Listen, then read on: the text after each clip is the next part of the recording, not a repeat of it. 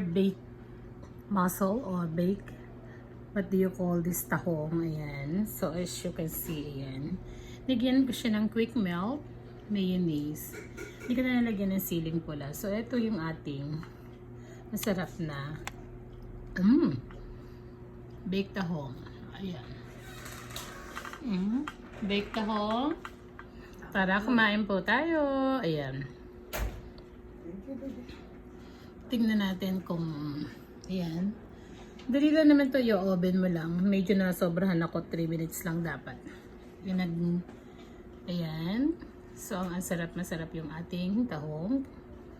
Kaya sa kanina ginawa ko naman, nilagyan kong kamatis. So, ito naman, bake natin. Para for a change naman. Right!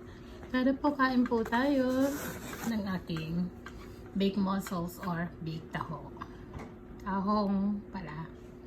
Ayan, napakasarap. Tara po, start na po natin kainin.